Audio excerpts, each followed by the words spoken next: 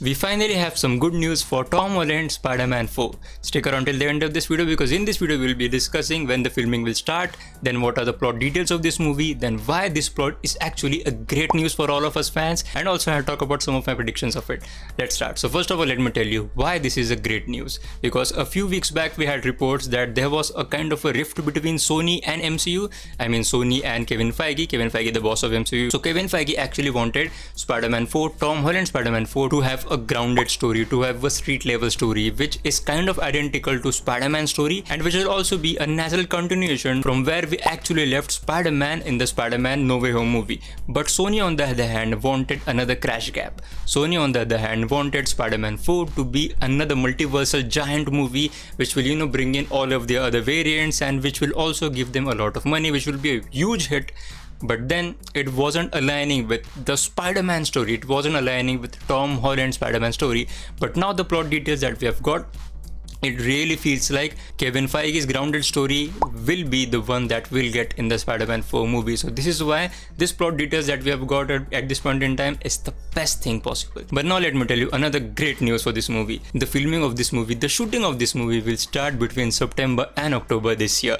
Isn't that a great news? Because this year itself will definitely have a lot of big details about Spider-Man 4. And now let me tell you, Spider-Man 4 will release before Avengers 5 and Avengers 6. A secret was, but it will definitely release before Avengers 5, and it will be one of those movies which will lead us directly into the Avengers 5, into the events of Avengers 5. Because Spider-Man 4 will be kind of a movie which was like Thor Ragnarok. I mean, at the end of Thor Ragnarok we kind of were entered into the Infinity War, and Spider-Man 4 will also do kind of the same thing, because at the end of Spider-Man 4 we might get a huge multiversal thing which will lead us directly into Avengers 5. So this is going to be that. And now finally let's talk about the plot of the movie. So before I talk about the plot of the movie, let me remind you that where we actually left off our Peter Parker, our Tom Holland Spider-Man. At the end of Spider-Man No Way Home we saw that everyone Peter Parker had before, he lost them. I mean, either they forget him or he purposefully let them go. And MJ and Ned are the two main parts of the story, because there's just Happy Hogan he could go to, and Aunt May is no more. So there was just Happy Hogan, Ned and MJ, and Ned and MJ has forgotten him, so is Happy Hogan. So our Spider-Man is all alone, our Peter Parker is all alone. And in the very last shot of the movie we see that Spider-Man and Peter Parker has made his own Spider-Man suit and has gone in the street to save people. This was the last shot that we saw of Spider-Man. But now let's move on to the plot details that we have of this movie.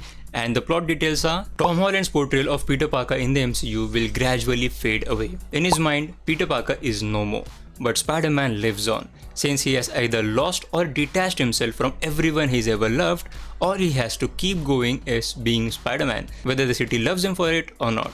As the title Spider-Man continues to consume Peter Parker little by little, Peter Parker will take a backseat and continue to fade away from existence slowly. Now this is a solid plot and through which we can extract a lot of details about this movie. But first I want to talk about the magnitude and the the core that they have struck with this plot. The core of this plot is so much aligning with what Spider-Man is and what the story and struggles of Spider-Man are.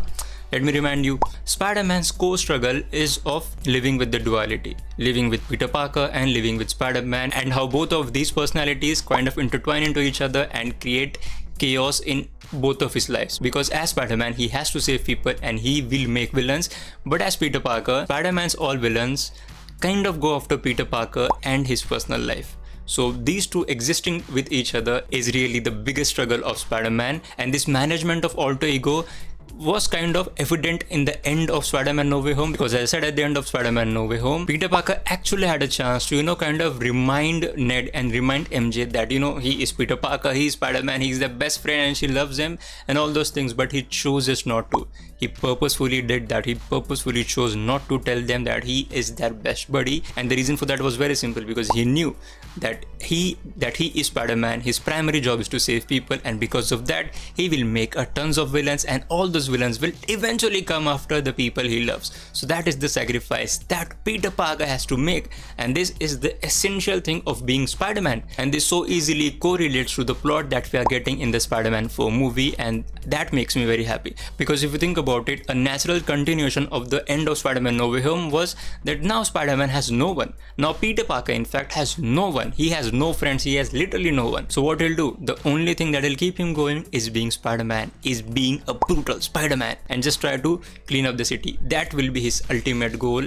And if you think about it even harder, the natural continuation of Ted and MJ storyline from Spider-Man No Way Home is that Ned and MJ are off to college. They are in college, so naturally they won't have a lot to do in the story. But we also have reports that Zendaya will return in Spider-Man 4 as MJ. Now, I highly doubt that she will have a huge role that she had in all the other 3 Spider-Man movies. But I doubt that she'll have a huge role in this movie. Probably, our Spider-Man may stalk her like in the Amazing Spider-Man second part. We see that Spider-Man stalks Gwen Stacy, but he actually keeps a distance from her. So I think that will play out in this movie as well, that Tom Holland Spider-Man will actually stalk Zendaya's MJ, but he'll have a safer distance from her and all those things. So I think that could be the storyline that we'll touch upon. But the important thing here is this will be a grounded story. And let me remind you of some other details that we had before about the story of this movie, that the chunk of the movie will have Kingpin storyline as well, because now we are actually going deeper into the plot. So Kingpin will be the mayor of New York City, and he actually has a law that bans vigilantes in the city, that absolutely bans being a vigilante, and Spider-Man is none other than a vigilante. But Spider-Man has to be Spider-Man, Spider-Man has to fight. That will be probably the core story of this movie. But as I stated earlier, the main thing the theme or the main thing of being Spider-Man is inability to cope with his both personalities, inability to cope with his alter ego. Theme of Spider-Man will be explored very nicely in Spider-Man 4 if the plot details that we have heard at this point in time are true.